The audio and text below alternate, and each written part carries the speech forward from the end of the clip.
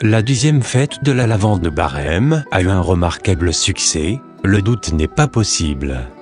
Vraiment tous les ingrédients étaient présents, un soleil tonique et radieux, un présentateur, Sébastien Gallo toujours aussi percutant, professionnel, bien informé et fort sympathique, Sébastien quoi. L'une des originalités de cette fête de la lavande ici à Barême, c'est ce stand-là. Nous viennent de Castellane, produits naturels à base de plantes. C'est le nom Planta Délice, cueilleurs, producteurs, artisans. Venez les représentants de Clumant, j'ai vu les représentants de Roulon, j'ai vu les représentants d'Ipois et toujours 10 personnes. Laurent aussi.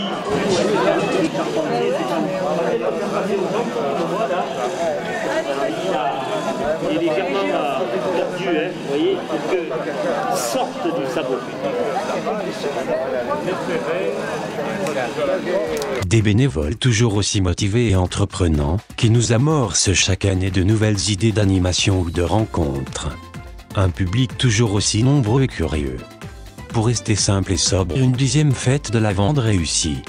La place, les rues étaient devenues un vrai bazar, mais le bon terme du bazar, une fourmilière de stands où l'on pouvait voir des multitudes d'objets de toutes sortes.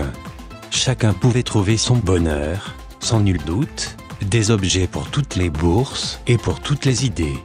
Nos vendeurs n'ont pas tous trouvé à vendre la totalité du stock, mais qu'importe, la journée aura été riche tout de même en discussions et en contacts en tout genre.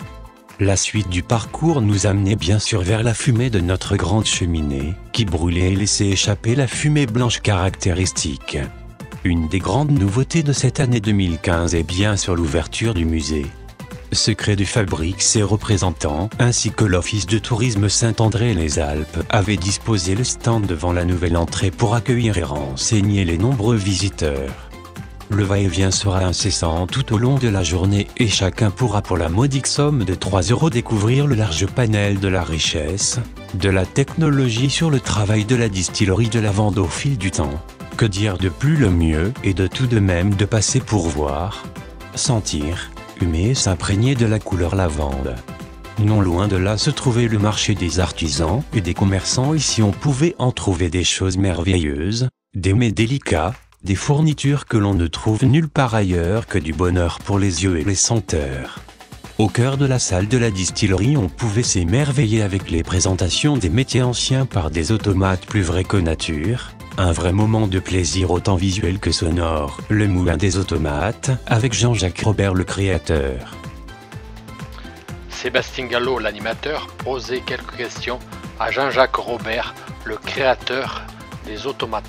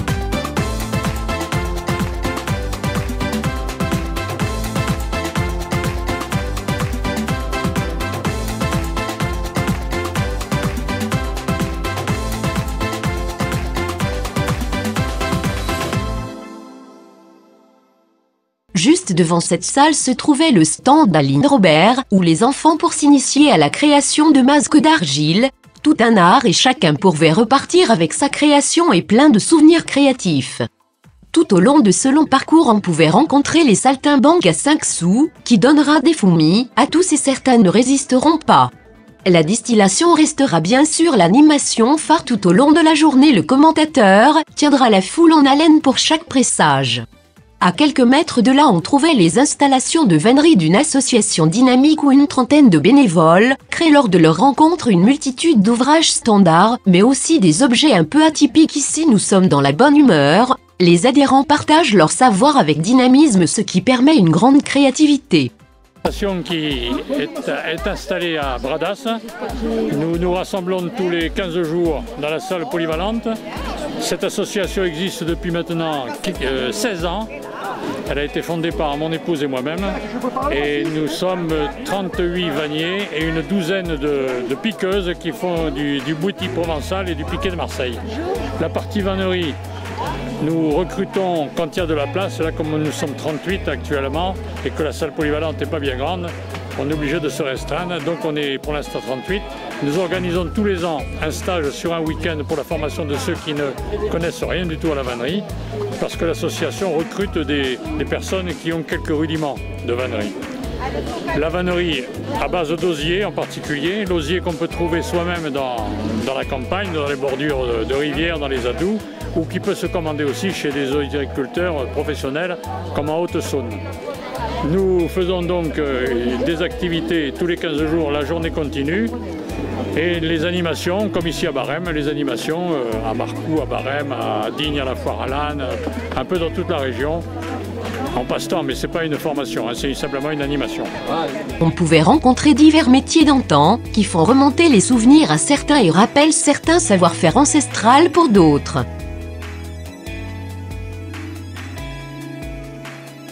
Je me présente, je suis le facteur d'une association qui s'appelle Li Provençal.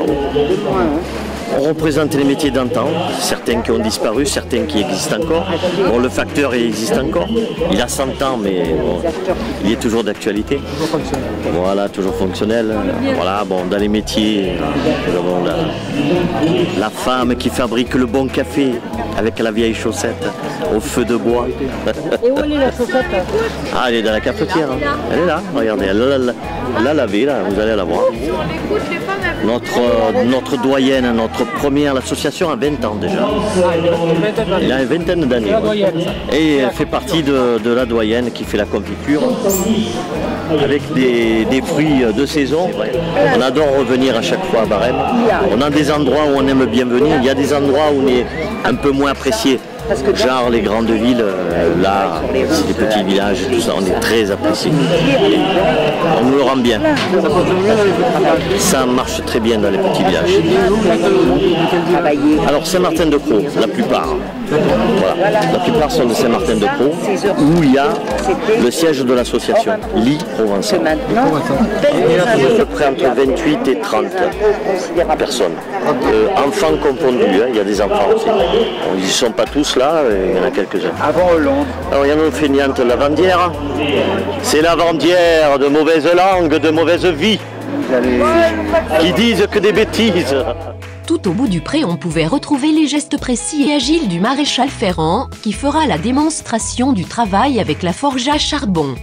Comme il le dira aux visiteurs, ce n'est plus ce genre d'instrument qu'il utilise tous les jours, les temps de chauffe sont beaucoup plus longs, maintenant on est passé au gaz, c'est cela la modernité, on court après le temps, le rattrape-t-on ? De plus, les fers sont achetés préformés suivant les dimensions du pied du cheval. Le maréchal Ferrand ne fait que les ajustements avant la fixation sur le pied de l'animal. Là aussi c'est une question de temps et de travail. Comme vous pouvez vous en douter, ce stand a reçu un très grand succès tout au long de la journée. Un moment incontournable en Provence, c'est bien sûr l'heure de l'apéritif offert par les organisateurs et partenaires. Avant cela, il y a bien sûr le moment indispensable, incontournable, les discours. Ces moments où l'on met en avant les bénévoles, les partenaires, les financeurs. Les remerciements, moments essentiels pour mettre en avant le travail de l'ombre de tous les bénévoles, de tous les gens qui participent pendant de longues heures à l'organisation.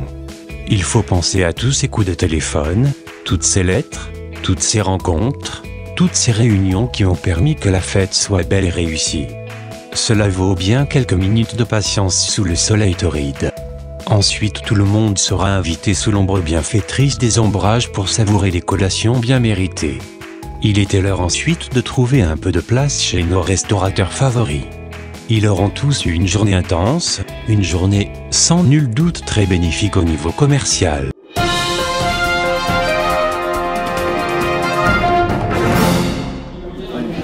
Je remercie tous les sponsors, les exposants, les animations, l'Alambic, les élus, le conseil général 04, le conseil régional, la CCMB, la mairie de Barème et son conseil municipal, ses employés et son maire, et tout particulièrement Jean-Louis Chabot, maire de Barème.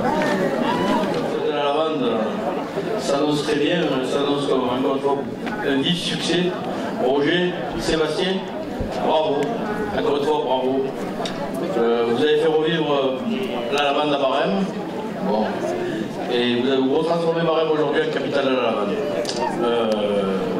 Cette année, il y a quelque chose de nouveau et c'est le musée que vous pouvez apercevoir au fond. Projet qui est porté par la commune de Barème et la communauté des communes du Moyen-Verdon. Son président vous expliquera tout à l'heure un peu plus longuement que moi. Ce musée, je vous invite à aller le visiter. C'est un retour en arrière dans l'histoire de la lavande à Barème.